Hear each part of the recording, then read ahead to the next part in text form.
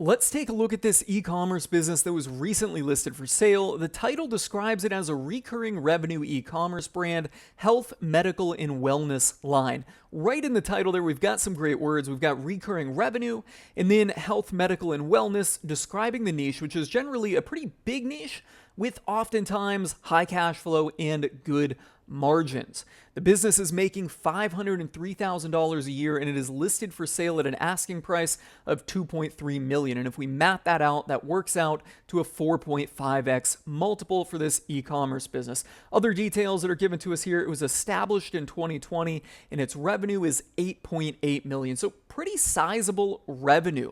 Let's jump into the details here and talk about if this business, in my opinion, is worth 4.5x. But first, here's the real quick plug. If you're interested in acquiring an established and profitable online business, you gotta sign up for the Acumen Wire newsletter. It's a deal newsletter I run where I send out established and profitable online businesses that were recently listed for sale, along with my quick take on them. I do vet the businesses from the listing and try to send out only businesses that are likely to stand the test of time going forward. So if you're interested in acquiring an established and profitable online business, I've personally done it myself, you gotta sign up for the Acumen Wire newsletter. Head on over to acumenwire.com. I'll put the link somewhere around the video or podcast player. Sign up and boom, you'll get my deals as I send them out. Now, let's go back to this one here, and I guess I should specify I'm not in any way involved with this listing. I have not signed the NDA. I do not know anything about it other than what we can tell in the publicly available detail or publicly available teaser, publicly available details that have been published by the broker, who is in this case Website Closers. So skimming through the listing here, let's just kind of pick out some details. The backbone of their business is their large selection of natural pain relief products, which include remedies like relief patches, cervical traction devices, shoulder braces, back stretchers, and compression gloves. I like these items fundamentally. We'll come back to talk about that. AOV sits at $50, and the recurring nature of their business model allows them to generate revenue with high reliability. Well, I like that. In the last 12 months alone, their recurring revenue jumped $20,000 to $500,000 and will likely grow further as the brand reduces their partner fees in the next few months. Their primary sales channel is their branded website. They also have an Amazon storefront that represents 10% of their sales mix with considerable room for growth. They've got some recurring revenue. Other details here: 33 products, so that's pretty good.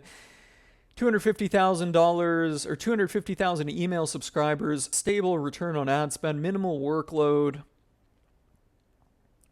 The brand's products are sourced from a reliable partner that negotiates for them with factories. The partner is also responsible for order fulfillment, making their supply chain flow more smoothly and cost-effective. Their products are generally marketed through paid ads, paid media, which has an extremely stable ROAS of 2x in an email marketing campaign that utilizes their 250,000 subs. Current ownership requires a mere 3 to 5 hours a week to oversee the team, conduct research, blah, blah, blah, run the business. Okay, so let's go through here and kind of pick out what really sounds good about this business here. First of all, the niche, as I already kind of mentioned, there's generally high margins in the products here. The recurring revenue thing sounds good. It also sounds interesting because I really don't see how the recurring revenue plays into this model, right? I guess maybe for relief patches it works pretty well, but shoulder braces and back stretchers and compression gloves, I don't really get where the recurring is coming from. People typically buy a shoulder brace, you wear it for a few months until your shoulder feels better, bing, bang, boom, you're done with it. You don't go out and buy another one. So that's kind of odd. The AOV, $50, I don't really like that. I guess we'll circle back to that. Like the recurring revenue part of it, the primary sales channel is their branded website. That sounds good. A little bit on Amazon, so they've got a little bit of diversification there, but primarily people are coming through their website, which means the business owns the customer. As opposed to, an Amazon FBA business, as the business, you don't really get any interaction or direct line of communication with the business or with the customer, right? Like if you're an FBA business, you don't know who your customer is really. You don't have their phone number and their email or anything. Whereas if they're coming through your website, you do capture all that information and you own that. You can outreach to them and retarget them, remarket them directly.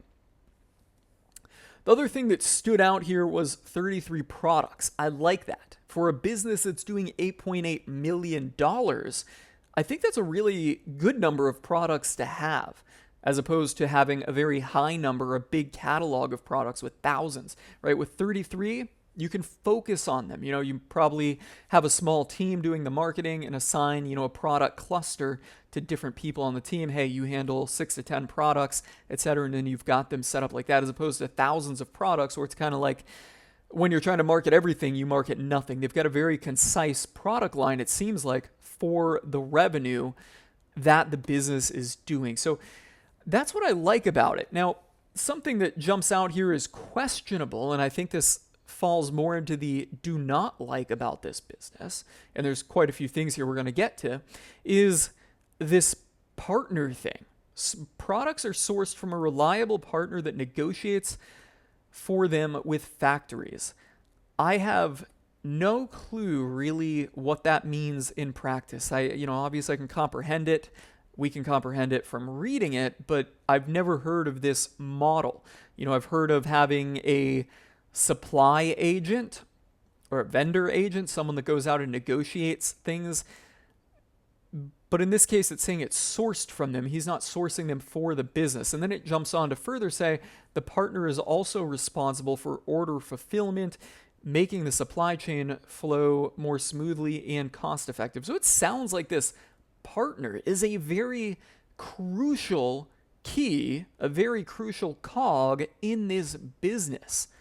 The business does not happen without this supplier. If the supplier goes, or the partner, whatever this person does, or business does, if this partner goes ghost, you're kind of really stuck here in this business. So yeah, I think that is one thing that really stands out that could be negligible. Now, maybe the partner's relationship is totally different than I'm comprehending it here, and maybe the partner is extremely replaceable. I don't see how that's possible with, how they're describing it, and this partner is responsible for fulfillment. It's very difficult to find anybody responsible for fulfillment, which is why e-commerce businesses, take this in-house, or they have their own third-party logistics. But again, a 3PL is not going and negotiating with factories for them. So it sounds like this partner is very crucial. Certainly need to know more about that. Now, let's go into the things here that I really do not like about this business here. And you may have already done the math on it here. The business makes $503,000 a year in cash flow on revenue of $8.8 million. If we math that out, this business is operating with a margin of net income at 5.6%. That's it. That's an incredibly, incredibly low margin. And that's one of the things that I talk about here in a piece that I wrote titled The 5 Driving Factors of E-Commerce Business Valuation Multiples. The very first thing is the profit margin and stability.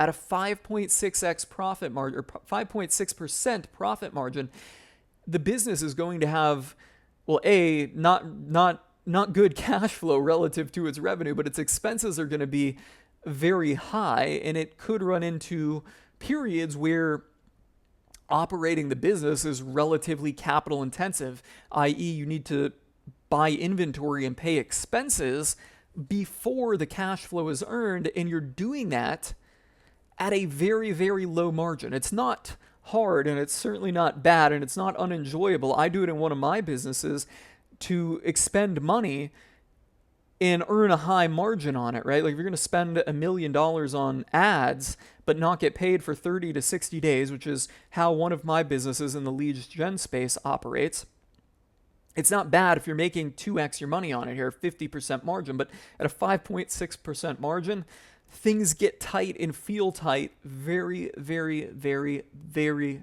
quick. And it also doesn't really give you much room to A, reinvest in the business, or B, take distributions from the business. So that 5.6% margin is just not something that really sits well with me, particularly when there's other online businesses out there and e-commerce businesses that are making a much healthier margin. In the e-commerce space, I'd say a healthy margin is 20%. Personally, for me, the lowest acceptable margin would be 15%. Ideally, after all expenses and ads, I would like an e-commerce business that is producing 30 to 35% margins. Anyways, 5.6% is just way below what I would consider a really healthy standard, a minimally healthy standard, I should say, for an e-commerce business. And therefore, I think that really does not support the 4.5x multiple that they're asking. You can find other e-commerce businesses not at 5.6% margin, but still priced at this same relative valuation. So the margin makes this valuation difficult, or in my case, I would say impossible to sustain. Going through it here, we've got the AOV at $50. Now, that's not good or bad. I guess we'll come back to the AOV again, but I do see some growth opportunity there. The partner kind of throws a problem into the mix, or not a problem, but kind of a kink into it until we find out details on it. But likely that really doesn't support the valuation of this business either. Ideally, what we would want to see is, hey, we've got a sourcing agent in-house, we've got sourcing role that the owner fulfills, right? Like we know in-house how to fulfill this or how to source the product, and then they go on to either our inventory or preferably our inventory at a 3PL, as opposed to just having one partner who really holds together the whole fulfillment of the actual product line. That just sounds so risky to me. And then there is the ad spend. Now, it seems to me quite clear from this listing that the business derives nearly all of its sales from direct response style advertising. It says extremely stable ROAS for Google Ads. And there was another detail in here, ROAS of 2x, okay? So this tells us that basically this whole business is being supported by the $8.8 million in revenue divided by 2, right, in ad spend. So they're spending $4.4 million on ads, and then their cost of goods sold is $3.9 million. And that, that mathematically works out for me when I'm kind of checking the business here against what I know to be industry standard or broad market standard for an e-commerce business. The product margin is healthy, but they got to spend so much on ads, it's really eating away at their margin. Now, in and of itself, having a business that drives a lot of sales and has high ad spend is not bad, but it's not good when it's eating away so much that your margin is only 5.6%, number one, and number two, when that is the only source of customer acquisition. I guess in this case, it's not the only source. They do have 10% on Amazon. But I would be very surprised if we got into this business and we found that there was any brand value whatsoever. And by brand value, in terms of an online business or e-commerce business, I'm talking about somebody searching out the business directly, like literally going into Google and typing in, what would a natural pain relief product be? I don't know, XYZ pain relief, right? Typing out that the brand name and searching them out directly. This business probably has damn near zero of that just because they're selling them all through paid ads and whoever happens to find them on Amazon, which if they're, pumping this much in ad spend on Google, they're likely running paid ads on Amazon. So yeah, the margin, possibly this partner relationship who is responsible for fulfilling it, and the fact that it seems like nearly all of their revenue comes from paid advertising, really doesn't support this 4.5x. Now, there is the recurring revenue aspect of it, and this is very unique. Maybe there's something here we're entirely missing, but we'd have to sign the NDA and get the teaser to really figure this out. Nonetheless, we can tell that the recurring revenue has only came on in the last 12 months. That's a very quick ramp up, right? I don't think that this is stable or really tenured enough to be able to assess and appraise at 4.5x at a high valuation, right? Because there could be some other e-commerce businesses out there that don't have this recurring revenue at 4.5x. This one does, but again, we don't know how long it is going to last. We don't know how much they have to spend on ads to get these customers into the recurring revenue.